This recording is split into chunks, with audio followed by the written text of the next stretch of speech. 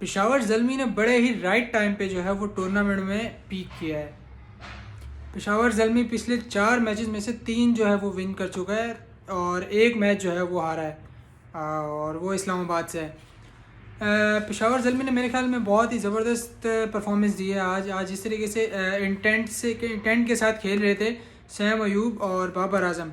यहाँ तारीफ़ करनी पड़ेगी ओपनिंग स्टैंड की। वो जिस तरीके से ओपनिंग स्टैंड देते हैं बाबर आजम और सैम अयूब, पूरे पीएसएल में जो है वो ऐसा ओपनिंग स्टैंड किसी भी टीम का नहीं है। जिस तरीके से वो इनिशियल ओवर्स में जो है अटैक करते हैं बॉलर्स के ऊपर, कैलकुलेटेड अटैक।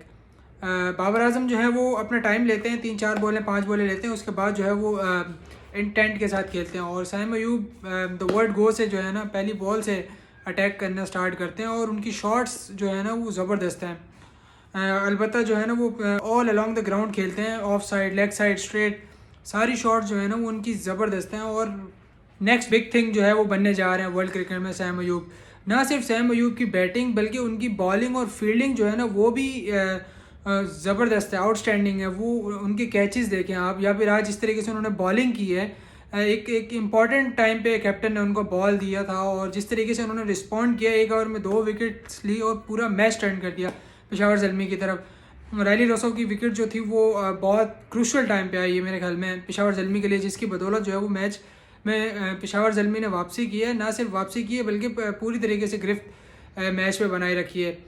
उसके अलावा बाबर आजम की बात करें तो बाबर आजम सुपरस्टार हैं, सुपरस्टार, ये हम सबको पता है। जिस तरीके से उन्होंने अपनी गेम डेवलप की है वो क्योंकि पिछले कुछ टाइम से जो है वो बाबर आजम के बारे में बहुत बातें चल रही थी कि बाबर आजम जो है वो इंटेंट के साथ नहीं खेलते, बाबर आजम की स्ट्राइक रेट लो है पावर प्ले में। तो उन्होंने तमाम हेटर्स को जो है वो तमाम क्रिटिसिज्म को पॉजिटिव लिया है और उस तरीके से रिस्पॉन्ड किया है। उन्होंने अपनी शॉट्स भी डेवलप किए हैं 2-3। वो जिस तरीके से आजकल रैम्प शॉट मार रहे हैं या फिर ये जो है ना वो स्कूप शॉट मार रहे हैं, तो ये उन्होंने अपनी शॉट्स डेवलप की हैं। उसके अलावा ऑन दी अप खेलते हैं, एरियल लूट अपनाते हैं। और जिस तरीके से आज उन्होंने दूसरे ओवर में सोहेल खान को छक्का मारा है मिड विकेट पे, ज़बरदस्त शॉट था। मैं खुद हैरान था शॉट देख के। बाबर आजम ने अपनी शॉट्स, काफ़ी सारी शॉट्स जो है ना वो डेवलप की हैं और एरियल लूट अपनाते हैं अभी इनिशियल ओवर्स में।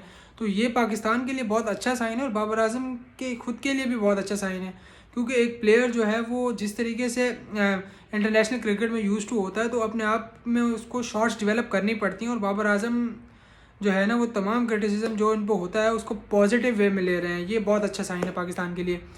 और उसके अलावा अगर कोयटा की बात करें तो कोयटा ने बॉलिंग जो है वो इनिशियल ओवर्स में जो है वो थोड़ी बहुत अच्छी की थी, बट बाबर आजम और सैम अयूब ने बिल्कुल मौका ही नहीं दिया उनको कम बैक करने के लिए।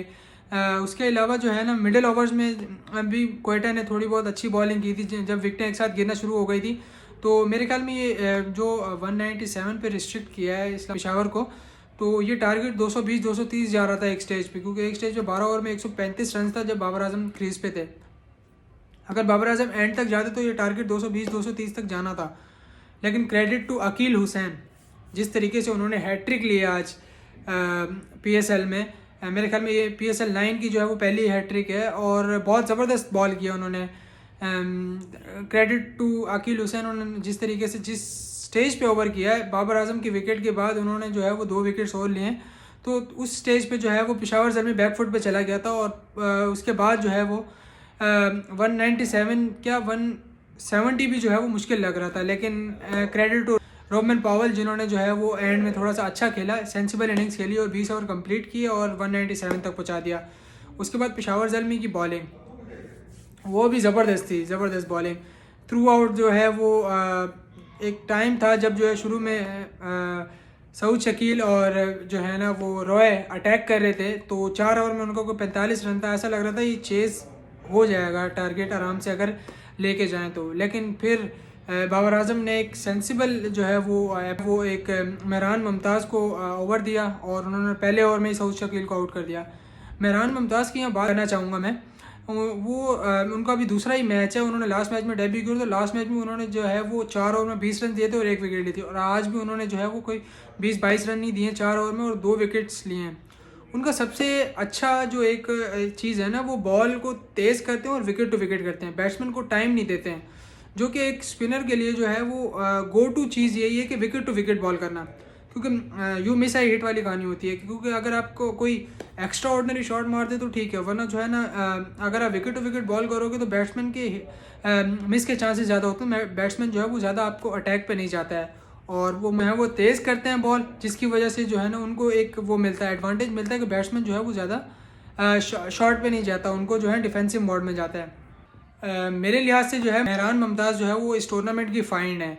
मेहरान मुमताज़ मेरे ख्याल में अंडर 19 में भी खेल रहे थे उन्होंने वहाँ पे भी अच्छा परफॉर्म किया था, और पीएसएल में जो है ना उन्होंने पीएसएल में भी जो है वो अपने रंग दिखाए हैं। अभी तक पीएसएल में कुछ खास चेहरे नज़र आए नहीं हैं जो कि ऐसा लगे कि यार हाँ ये प्लेयर है जो इंटरनेशनल टीम में जो है वो आ सकता है और इंटरनेशनल में जाके ये छा जाएगा। ऐसा कोई ख़ास प्लेयर दिखा नहीं है सिवाय 3-4 नाम के, जिसमें हुनैन शाह हैं, उसके अलावा मेहरान मुमताज़ हैं, अबरार अहमद हैं, उसके अलावा जो है वो ख्वाजा नाफे हैं। लेकिन इन तमाम में जो है वो एक प्रोमिनेंट नाम जो मुझे लग रहा है ना वो बेसिकली है कि ये मेहरान मुमताज़, क्योंकि पाकिस्तान को एक स्पिनर की नीड है।